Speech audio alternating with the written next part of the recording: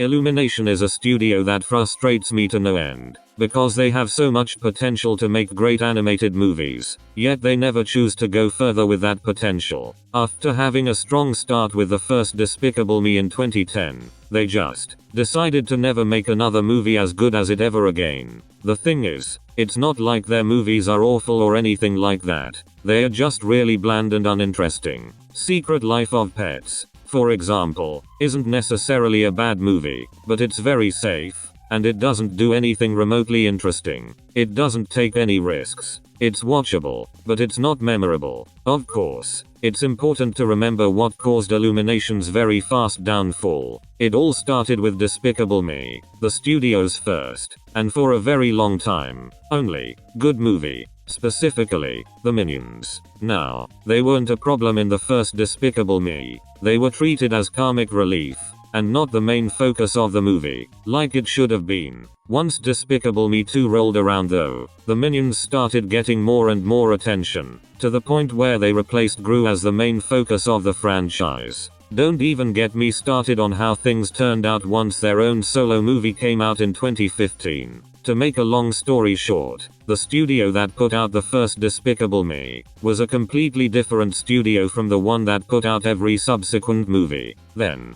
sometime in either 2018 or 2019, it was announced that Illumination would be making a Mario movie, and the internet did not know how to feel about this news. This was further escalated on September 23, 2021, during a Nintendo Direct. In the Direct, the voice actors for the movie would be announced, which included Mario being voiced by Chris Pratt, Bowser being voiced by Jack Black, and Donkey Kong being voiced by Seth Rogen. Naturally, this announcement further polarized the internet, and made people even more curious about how the movie would turn out than ever before. And then, on October 4, 2022, over a year after the voice actor announcement, the first proper poster for the movie was released. It was also announced that a Nintendo Direct showing off the first trailer for the movie would be shown off as well. The poster did give off hope that the movie would be genuinely good, but it wouldn't be until the first trailer was released, where most people's views on the movie would do a complete 180. Before all of this, people thought that the movie would be one of two things. Number 1, the movie would be the same typical Illumination drivel, except with Mario slapped in front of it. Number 2, the movie would not be good, but it would have this ironic novelty charm to it. The announcements of the voice actors only added to this. So, with all of that in mind, imagine our shock when the first trailer was released, and it actually somehow turned out great. The trailer had absolutely gorgeous looking animation, especially for Illumination standards, and it also gave us a brief first look at Chris Pratt and Jack Black as Mario and Bowser respectively, although Chris Pratt was criticized for essentially just using his regular voice, and not doing a Mario impression or anything like that. A lot of people praised Jack Black as Bowser. You know, during the initial announcement, I thought that Jack Black as Bowser weirdly worked for some reason. I don't know why, it just did. Thankfully, this trailer basically confirmed that this was a great casting decision. 1 month later, on November 29th, we would get a direct showing the second trailer for the movie, which further showed that the movie was actually going to be genuinely great. In addition to showing off more of Chris Pratt and Jack Black, the second trailer also gave us a first look at Charlie Day as Luigi, Anna Taylor-Joy as Princess Peach, and Seth Rogen as Donkey Kong. Aside from Chris Pratt, who was still criticized for his voice, the second trailer received even more positive reception than the first trailer, especially because of how faithful the movie looked to the games. It's clear that regardless of how the movie will turn out, even if it somehow ends up being bad, at least it won't be like your average Illumination movie. I never thought I would ever be excited for an Illumination movie, but here we are. This has the potential to be Illumination's Spider-Verse, a movie that completely redeems Illumination. The craziest thing is, this isn't the only thing that makes me hopeful for Illumination's future. Minions: The Rise of Gru was not a movie that I ever intended to watch. I initially dismissed it as just being the same generic Illumination garbage. And then, when the whole gentle Minions trend started, I changed my mind, and I started thinking that the movie would only be good ironically. And then, one night, My family went to see it, and I decided to go as well, as I had literally nothing better to do. I can't believe I'm saying this, but I actually had a pretty good time watching The Rise of Gru. Not only is it significantly better than the first Minions, but it's also the best Illumination movie since the first Despicable Me, and currently, it is the only other movie from them that I would consider good. Don't get me wrong, the movie isn't anything special, but I had a good time watching it. I laughed a few times watching the movie. It's nothing amazing, but it was fun for what it was, and if I were to be completely honest, I enjoyed The Rise of Gru more than the 2 Pixar movies that came out this year. Yes, I went there. Again, this isn't saying much, since I don't think The Rise of Gru is anything more than decent, but hey, at least I can remember what happens in it.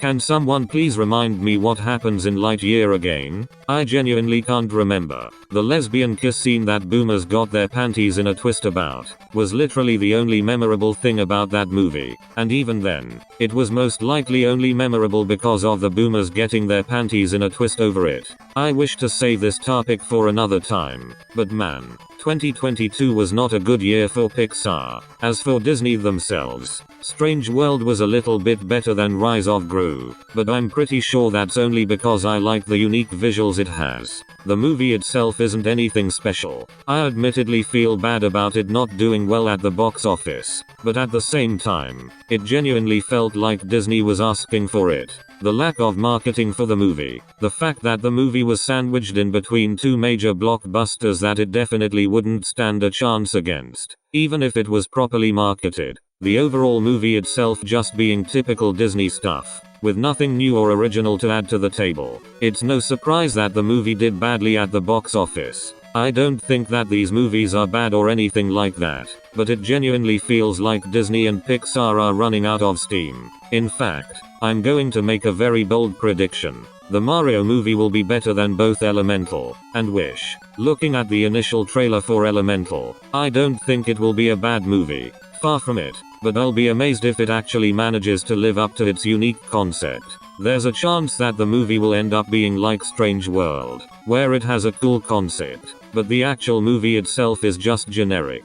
Wish will probably end up being an average Disney movie as well, with nothing interesting about it. The Mario movie could end up being generic, but from what we've seen in the 2 trailers, it doesn't look like it. Neither of the trailers have the traditional Illumination tropes. There's no toilet humor. There's no randomly placed pop song from the last few years. There's nothing like that. It actually feels like a movie that has passion put into it, which has not been seen in an Illumination movie since the first Despicable Me. It doesn't have that obnoxiously safe and inoffensive vibe that other Illumination movies have. If anything, between looking at how good the Mario movie looks, and how the last few Disney and Pixar movies have turned out, there's only one question that's in my head. Why do we criticize Illumination for making safe and bland movies that take no risks whatsoever, yet we're perfectly fine when Disney and Pixar do it? What makes Raya and the Last Dragon or Lightyear any different from The Secret Life of Pets or Sing?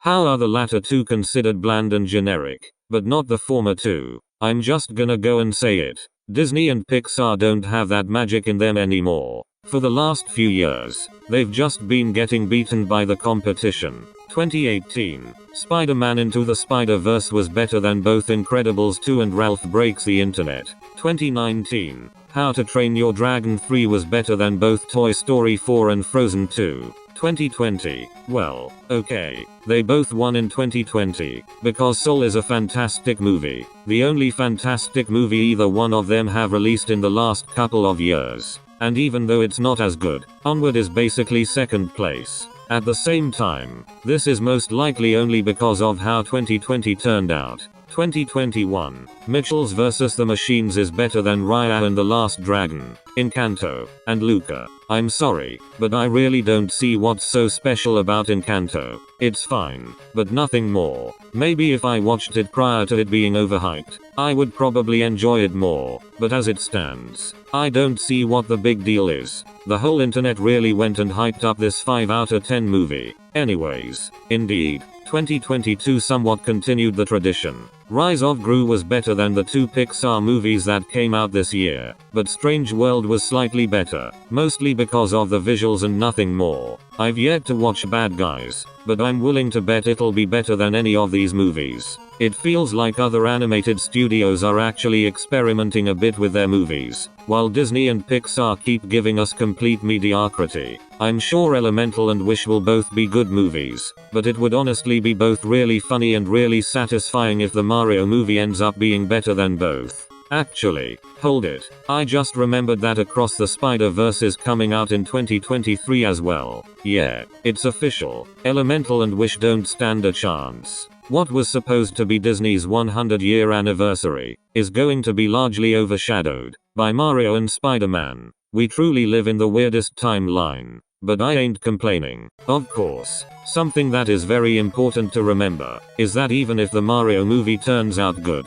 that doesn't automatically mean that Illumination will become good as well. For all we know, these 2 movies will end up being flukes. Once the Mario movie comes out, we're probably going back to the same generic Illumination trash that we're used to. Secret Life of Pets 3 anyone? At the same time, even if this does happen, at least we would finally have more than one good Illumination movie, and it would lead us one step closer to Illumination becoming a respected animation company. It might seem really weird for me to want an Illumination movie to not only be really good, but also be significantly better than the Disney movies that will come out the same year, but I honestly feel like it will happen, and it should happen.